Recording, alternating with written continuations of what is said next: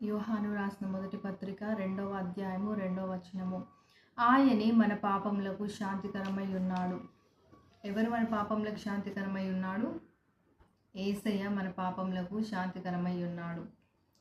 అయితే యేసయ్య మన పాపములను, ఏ పాపం ఎరుగనటువంటి యేసయ్య మన పాపములను తన మీద వేసుకొని సిల్వ మీద మన పాపములను భరించిండు. ఎందుకు యేసయ్య మన పాపములను భరించిండు? ఎందుకంటే మనకు పాప క్షమాపణనివ్వడానికి. మనం ఓల్డ్ టెస్ట్మెంట్లో చూసినట్లయితే పాప క్షమాపణ కావాలి అనుకుంటే బలులను అర్పించాలి. కానీ ఇక్కడ యేసయ్య తనే మన కొరకు బలి అయిండు.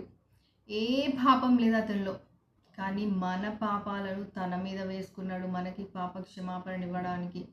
సో ఈరోజు నువ్వు ఏ స్థితిలో ఉన్నా కానీ, ఎంత ఘోర పాపంలో ఉన్నా కానీ, నువ్వు ఉన్నటువంటి స్థితిలోనే నువ్వు దేవుని దగ్గర వచ్చి క్షమాపణ అడగొచ్చు. యేసయ్య నా పాపంలను క్షమించు అంటే దేవుడు నీ పాపంలను క్షమిస్తాడు. అయితే నీ మంచితనం వల్ల నీకేది మంచి జరుగుతుందని నువ్వు అనుకోవద్దు, కానీ నీ నిరీక్షణ, నీ విశ్వాసం అంతయు యేసయ్య మీదనే ఉండాలి. యేసయ్య వలననే నీకంతా మంచి జరుగుతుంది. అయితే ఏ పాపం కూడా దేవుడు క్షమించలేనిది అన్నది ఉండదు. ఏ పాపం కూడా దేవుని బ్లడ్ కంటే కూడా గొప్పది కాదు. ఏ పాపం కూడా యేసయ్య రక్తం కంటే గొప్పది కాదు. దేవుడు క్షమించలేనిది అన్నది ఎటువంటి పాపం కూడా లేదు. అయితే యేసయ్యలోనే నీకు నిరీక్షణ ఉంది. నీ విశ్వాసం, నీ నిరీక్షణ అంతయు యేసయ్య మీదే ఉండాలి. నువ్వెంత ఘోర పాపివైనా ఈరోజు దేవుణ్ణి క్షమించమని అడిగితే దేవుడు తప్పకుండా నీ పాపంలను క్షమిస్తాడు. నీకు ఒక నూతనమైన జీవితాన్ని దేవుడు దయచేయగలడు. ఇంత గొప్ప దేవుణ్ణి పెట్టుకున్న మనము ఇతరులకు కూడా వాక్యాన్ని ప్రకటించాలి, ఇతరులకు కూడా వాక్యాన్ని బోధించాలి. మీకు ఒక సందర్భం దేవుడు కల్పించినప్పుడు డోంట్ హెసిటేట్.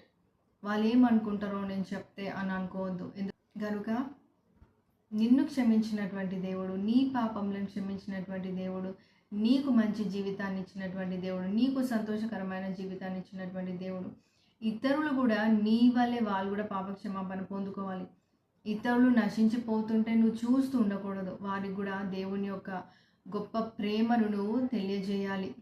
వారిని కూడా నువ్వు సరియైన మార్గంలో నడిపించాలి. ఎందుకంటే వాక్యంలో ఉంది, సర్వసృష్టికి వెళ్ళి సువార్త ప్రకటించుడి అని ఉంది. సో ఈ యొక్క వాక్యం ప్రకటించడం అనేది ఖాళీ ఒక పాస్టర్స్కో, ఇవాంజలిస్ట్కో, ప్రాఫిట్స్కో అన్నది కాదు. ప్రతి ఒక్కరి బాధ్యత ఇది.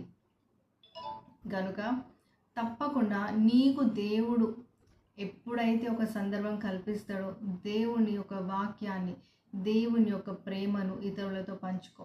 నువ్వు జీవిస్తున్నటువంటి సంతోషకరమైనటువంటి జీవితం ఇతరులు కూడా జీవించాలని కోరుకో. తప్పకుండా దేవుని ఆశీర్వదిస్తాడు. God bless you.